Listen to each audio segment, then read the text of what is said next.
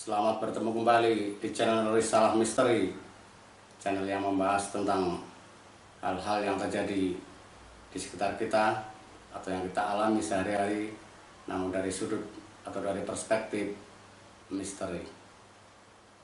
Kali ini kita akan membahas tentang tren atau fenomena bang gaib yang mungkin sudah akrab di telinga kita atau bahkan mungkin pernah menjadi korbannya. Ada banyak kejadian, ada banyak peristiwa terkait bang gaib yang cukup menghebohkan dan ujungnya selalu menimbulkan cerita pilu. Jadi kali ini kita akan bahas tentang bang gaib dan mudah-mudahan nantinya tidak ada lagi korban dari penipuan dengan modus bang gaib. Jadi bang gaib ini kan berkelindan dengan praktek yang sering ditawarkan oleh para paranormal, berdukun, tentang penggandaan uang. Ya, uang itu bisa digandakan dari 1 juta misalkan menjadi 5 juta. Dan yang kedua, praktek penarikan harta, penarikan uang dari alam gaib. Peristiwa yang paling menghebohkan tentu ketika polisi berhasil membongkar praktek tipu-tipu yang dilakukan Dimas Kanjeng. Waktu itu dengan gaya yang luar biasa, sangat pede, Dimas Kanjeng mempraktekkan bagaimana dia menggandakan uang keluar dari berbagai macam tempat yang dia tunjuk, yang dia ambil, dari balik baju, dari bawah meja dan sebagainya. Yang dia sebut uang itu ya berasal dari bang gaib atau memindahkan dari bank-bank di luar negeri sana, dia tarik dengan kekuatan gaib. Dan faktanya kemudian itu bohong. Dimas Kanjeng sendiri kemudian sudah ditangkap polisi, diadili dan divonis 21 tahun penjara. Dari kasus ini kita bisa belajar bahwa tidak ada namanya penggandaan uang. Ketika hal itu ditanyakan kepada saya dengan tegas akan mengatakan bahwa tidak ada bang gaib. Selama saya menjadi wartawan majalah misteri, saya bertemu dengan puluhan bahkan ratusan paranormal. Namun ketika saya tanya untuk kepentingan penulisan di majalah misalkan, yang mereka tidak mau mengaku, mereka hanya tertawa gitu kan. Tetapi bagaimana kemudian ada orang-orang yang bisa terpengaruh, bisa terpedaya oleh fenomena ini. Mereka bukan hanya berasal dari kelompok dari kelompok bawah misalkan, orang susah, orang miskin, tidak berpendidikan, lalu terpedaya oleh hal-hal demikian itu. Faktanya banyak dari kelompok orang-orang yang secara strata sosial cukup tinggi, mapan secara ekonomi, dan memiliki pendidikan yang baik. Mengapa mereka juga bisa menjadi korban? Apakah karena kelihayan paranormalnya, kelihayan dalam hal tipu-tipunya? Saya tidak mengatakan semua paranormal itu penipu, bohong, tidak. Karena seperti yang saya katakan tadi, yang saya temui kan paling hanya 20 sampai 100-an paranormal. Yang umumnya mereka tinggal di kota kan, di Jakarta, di Bekasi, Depok, Bogor, Bandung. Ada juga beberapa yang saya temui di daerah, tapi ya mereka tinggal di daerah perkotaan, bukan di puncak gunung misalkan. Artinya masih banyak paranormal yang belum saya temui. Karena menurut organisasinya misalkan, anggota mereka sampai sekian juta gitu. Yang saya temui berarti kan cuma sangat sedikit. Otomatis tidak bisa untuk mengeneralisir, untuk mengatakan bahwa semua gitu, nggak bisa, karena kan hanya sedikit tadi itu. Ya saya berharap yang belum saya temui itu paranormal yang memang memiliki kemampuan. Daripada kita sibuk menilai apakah paranormal itu benar memiliki kemampuan atau tidak, Daripada kita sibuk menghujat paranormal itu penipu atau tidak, lebih bagus yang kita mengenali dulu apa itu bank gaib, sehingga kita bisa melakukan antisipasi. Tidak perlu kemudian melakukan hal-hal yang secara nalar kita kemudian bertentangan. Cerita tentang bank gaib ini kan tidak muncul begitu saja, tetapi ada cerita-cerita lain yang menjadi dasarnya, yang merangkai satu kesatuan sehingga menjadi sebuah mitos, sebuah cerita yang dipercaya dan diyakini. Ada 3 cerita pendukung. Saya sebut cerita ya, bukan fakta ya, tapi cerita pendukung. Meskipun cerita ini kemudian bersisian, berkelindang dengan fakta. Jadi asal muasal cerita bank gaib itu yang pertama berasal dari cerita masa lalu. Jadi dulu kan sebelum ada Indonesia, itu kan banyak kerajaan-kerajaan besar berdiri di Nusantara kan. Ada Majapahit, ada Sriwijaya, ada Pakuan Pajajaran dan lain sebagainya. Ketika mereka kemudian runtuh, mereka kemudian tidak lagi eksis, kemana kemudian hartanya? Kita percaya, kita yakin lah bahwa kerajaan Majapahit misalkan, itu kan kerajaan yang kaya raya, menaklukkan ratusan kerajaan lain, menerima setoran atau peti tiap tahunnya. Tentu sebuah kerajaan yang besar dan kaya raya. Nah, ketika runtuh pada tahun 1478, kemana kemudian harta mereka ini? Apakah dibawa ke Demak? Karena setelah Majapahit runtuh kan berdiri kerajaan Demak. Apa kemudian dibawa ke sana semua? Apa setelah Sriwijaya runtuh misalkan, hartanya kemudian dibawa ke Jawa semua? Pajajaran runtuh misalkan, apakah dibawa ke Banten semua? Ada yang meyakini sebelum mereka runtuh itu punggawa kerajaan dan keluarga-keluarga raja ini menyimpan harta itu di suatu tempat, dan namanya zaman dulu kan kemudian disimpan di gua misalkan, di tempat tersembunyi, dipagari dengan kekuatan gaib. Nah, ketika sekarang mau menariknya ya pakai ilmu gaib juga. Itu logika yang sering diceritakan oleh paranormal. Cerita kedua yang kemudian membentuk isu tentang bank gaib ini adalah adanya sumbangan-sumbangan dari kerajaan-kerajaan di Nusantara pada saat Indonesia baru berdiri. Jadi begitu Indonesia merdeka, kerajaan-kerajaan kecil ini menyatakan bergabung dengan Indonesia dan mereka memberikan upeti atau semacam bantuan dana sukarela gitu kepada pemerintah Indonesia yang baru berdiri. Kan kasnya kosong, membutuhkan dana untuk operasional, nggak punya seperti kalau sekarang kan ada APBN gitu misalkan. Zaman dulu kan dari mana dananya? Nah, kerajaan-kerajaan itu memberikan sumbangan dalam jumlah banyak. Kalau sejarah mencatat bahwa kerajaan Yogyakarta, Yogyakarta Hadiningrat misalkan, Hamengkubuwono IX itu menyumbang sampai 6 juta gulden. Kemudian Sultan Siak Riau sana, Sultan Syarif Qasim II menyumbang sampai 12 juta gulden.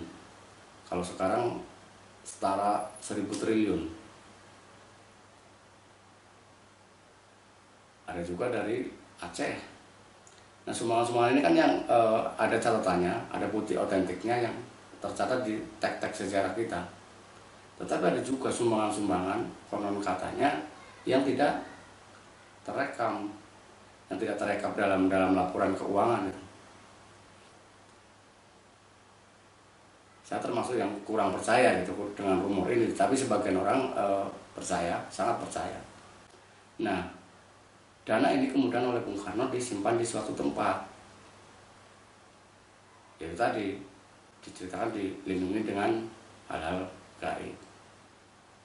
Jadi yang pertama tadi berasal dari kerajaan di masa lampau, harta kekayaan kerajaan masa lampau. Yang kedua dari uang hasil sumbangan kerajaan-kerajaan kepada pemerintah Republik Indonesia yang baru berdiri. Dan yang ketiga berasal dari dana revolusi. Jadi ada dana revolusi yang sangat besar. Dana itu berasal dari sumbangan masyarakat juga. Ketika Presiden Soekarno menggelorakan untuk merebut Irian Barat atau sekarang Papua. Nah, setelah selesai merebut Irian Barat dari tangan Belanda, kita kemudian berperang dengan Inggris yang ingin mendirikan negara Malaysia tahun 1963 itu.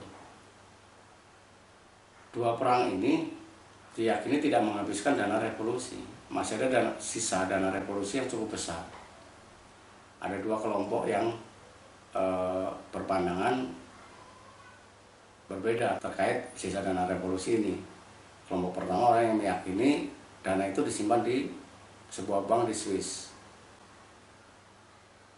Dan itu sudah banyak betul orang yang mencoba melakukan untuk mengambil dana itu.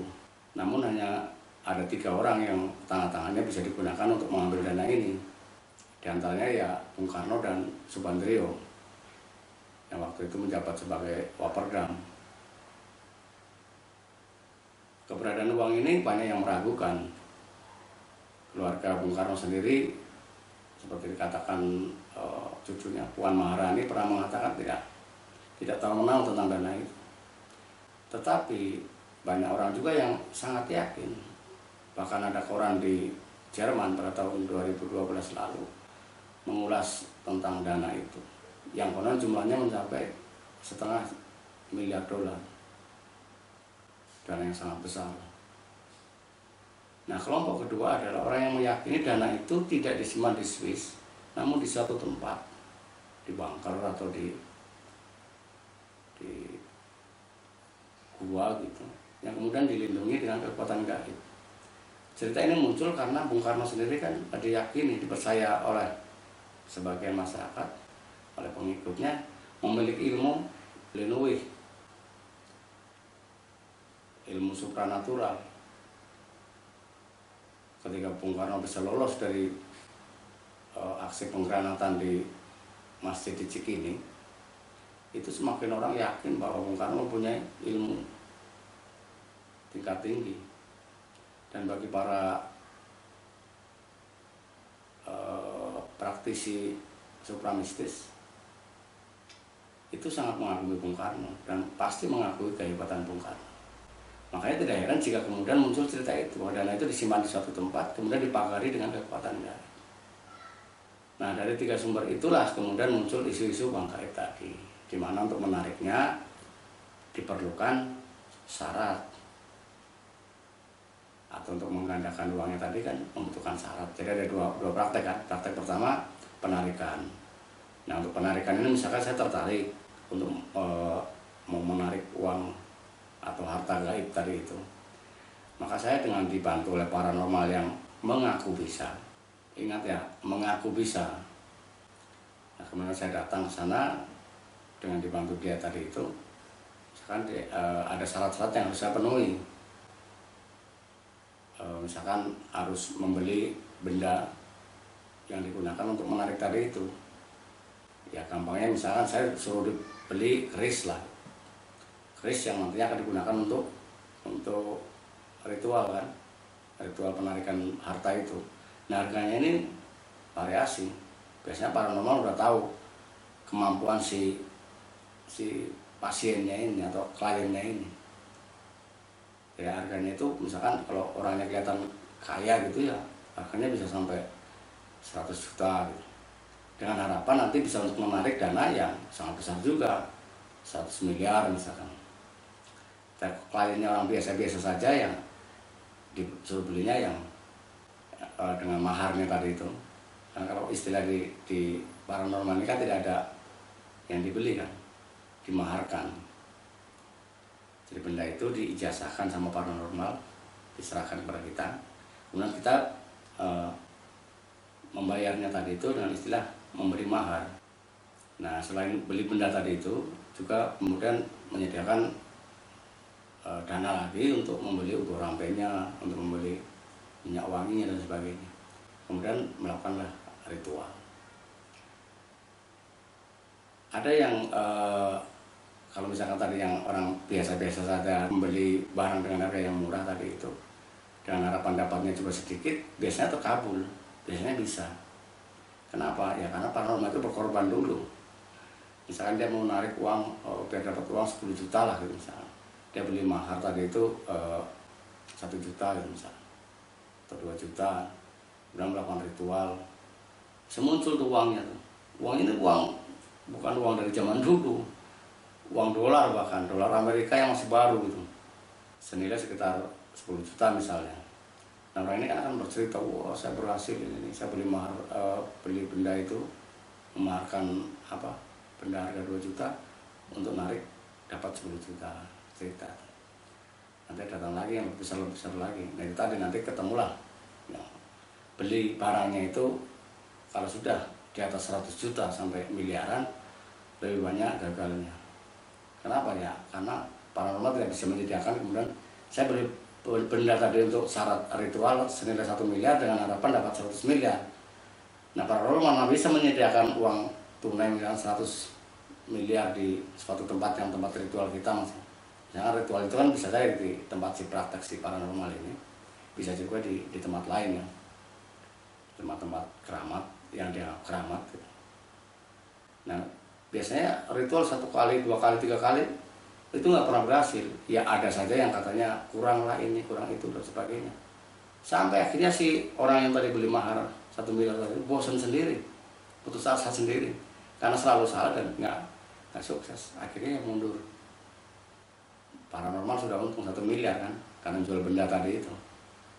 Bendanya ini sama orang itu ya nggak ada gunanya juga, karena nggak ada apa-apanya. Ya meskipun disebut ada kodamnya lah, ada ininya dan sebagainya. Saya termasuk yang tidak percaya. Saya pernah megang benda-benda seperti itu dan saya tidak meyakini. Bukan berarti tidak ada ya, ketika saya tidak meyakini bukan berarti tidak ada. Mungkin ada di tempat lain tapi saya belum pernah ketemu. Yang saya temui selalu yang cipoa, kosong, nggak ada apa-apanya. Nah itu praktek tentang penarikan tadi itu, penarikan uang atau harta dari Bang Gaib tadi itu, prakteknya seperti itu. Di pasien datang suruh beli benda yang harganya cukup mahal, benda itu yang kemudian dipakai untuk syarat penarikan. Yang kedua, pengadaan. Seperti kalau kita lihat videonya Dimas Kanjeng, itu kan uangnya dari mana-mana. Nah itu kan trik sulap, kecepatan tangan. Murni sulap itu, bukan karena memang ada uang dia bisa ngambil dari bawah meja, dari bawahnya tiba-tiba muncul uang di balik bajunya dan sebagainya. Itu bukan uang dari alam gaib, tapi memang trik sulap, kecepatan tangan. Yang kedua, menggunakan sistem arisan, seperti skema ponzi. Kalau di dalam istilah perbankan itu ada skema ponzi itu. Jadi kalau saya mau mengadakan uang, saya bawa uang 1 juta sama dia, kemudian besok dengan berbagai ritual menjadi 3 juta. Jadi tidak perlu beli benda ya untuk menarik seperti tadi itu kan menarik beli benda. Kalau ini enggak, datang ke dia, menyerahkan 1 juta, taruh di tempat yang sama-sama kita ketahui, sama-sama kita ritualkan, kemudian besok akan menjadi 3 juta, 5 juta atau berapalah ya, asal diputar ya. Biasanya kalau masih kecil itu juga jadi juga itu. 1 juta menjadi 3 juta itu sering bisa itu. Ya karena itu tadi yang 2 juta ditalangi oleh si paranormal. Nah karena saya sudah merasakan keuntungan 2 juta tadi, besok ketika susah lagi datang lagi, mungkin mengajak temannya dan sebagainya.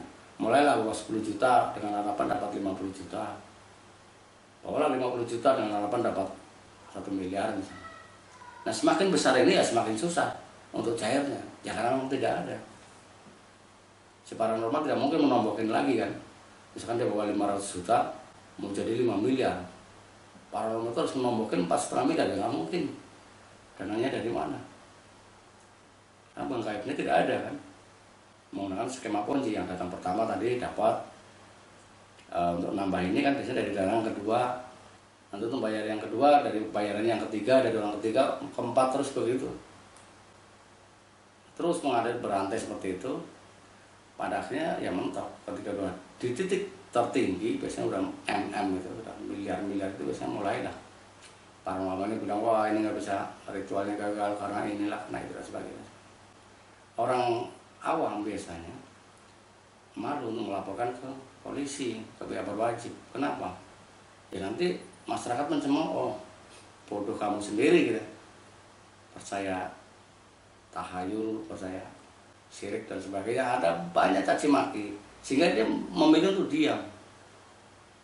Orang udah ketipu 500 juta misalnya, memilih diam karena malu, udah hilang uang, malu pula di depan masyarakat.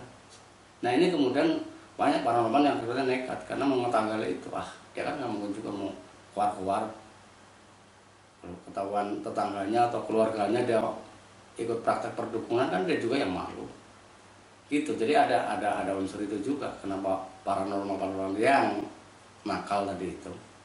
Saya tidak mengatakan semuanya ya, itu berani memanfaatkan hal-hal kayak gitu tuh karena situasinya juga memungkinkan. Nah yang ketiga itu menggunakan halusinasi, tipu daya. Jadi ketika saya datang ingin ritual penggandaan uang tadi itu, saya bawa 1 juta misalkan, itu ditaruh di sebuah tempat. Biasanya di dalam ruangan kerja si paranormal ini ada tempat khusus gitu kan, dalam lemari atau dalam box.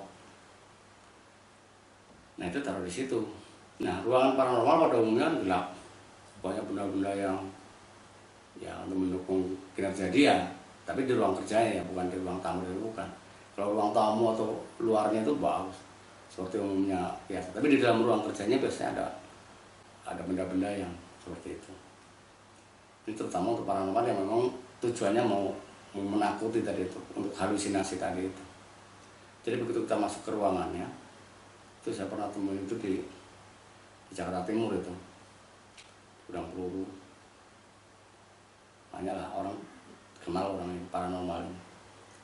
Itu ruang kerjanya begitu, ada boneka, ada apa. Itu yang kalau kita datang itu ditinggal sama dia, nanti benda-benda itu bunyi sendiri.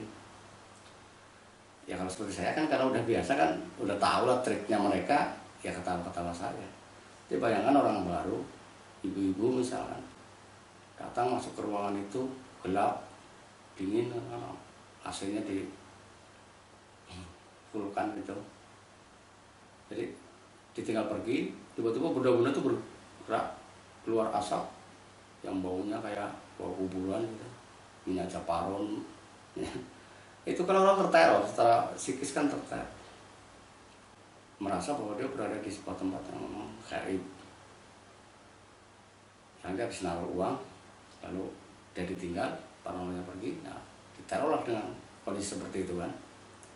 Padahal kenapa boneka bisa bergerak sendiri, kenapa tiba-tiba keluar asap yang berbau itu dan sebagainya, itu kan karena di remote oleh si paranormal ini kan, dari kamarnya di remote. Nah, bunyi semua lah. Nah orangnya kan teror, nanti orang paranormalnya balik, nah dibuka lah bareng-bareng box atau lemari itu, awalnya udah bertambah. Dari mana cara nambahnya? Ya karena di balik lemari itu di seberang sana kan sebenarnya bolong, tembus ke kamar si paranormal. Ya diganti lah, itu ditambahin. Atau di dalam box misalnya, box itu pasti lubang juga. Kalaupun tidak begitu, dia menggunakan kecepatan tangan seperti di Mas Kanjeng itu.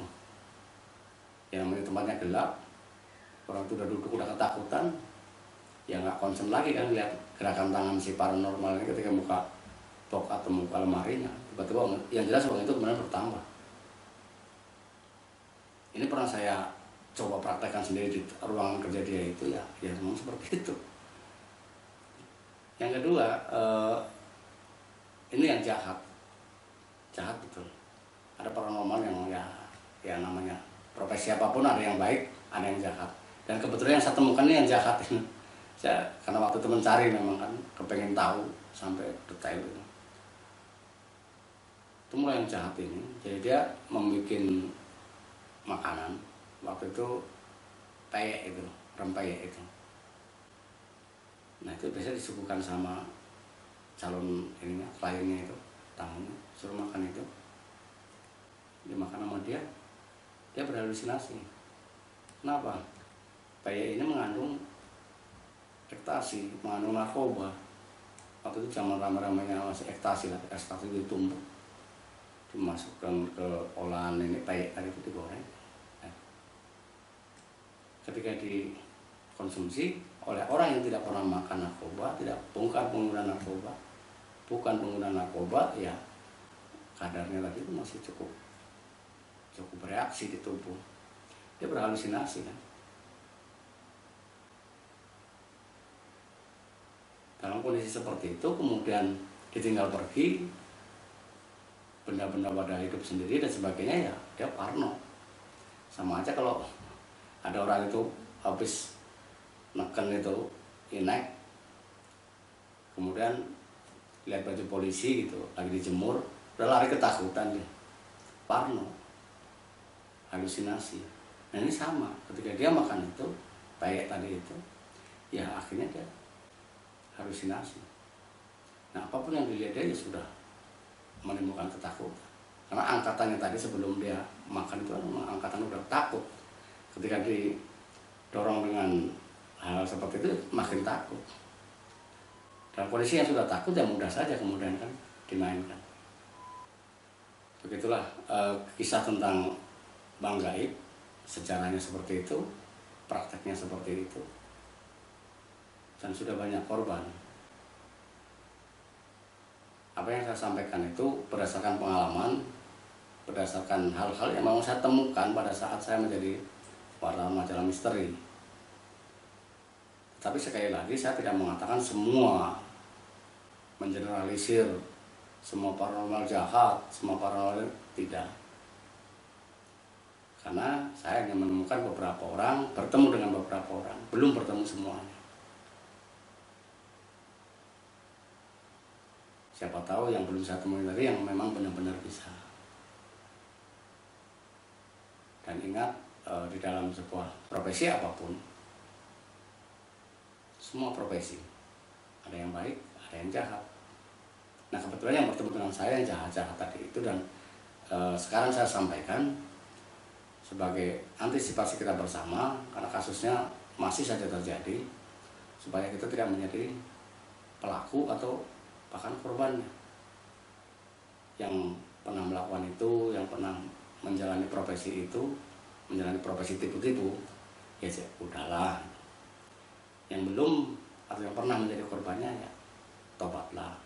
Tidak ada sesuatu yang instan. Apa yang kita hadapi, masalah yang kita hadapi itu kan dibangun dari masalah-masalah yang kecil sebelumnya kan, bertahun-tahun bahkan mungkin. Bagaimana mungkin kemudian kita menyelesaikannya dengan satu langkah secara instan? Nggak mungkin. Kita hanya bisa menyelesaikan masalah ya diurai dari pokok masalahnya tadi itu. Sabar, berdoa, dan selalu ingat kepada Tuhan. Itu jalan yang terbaik.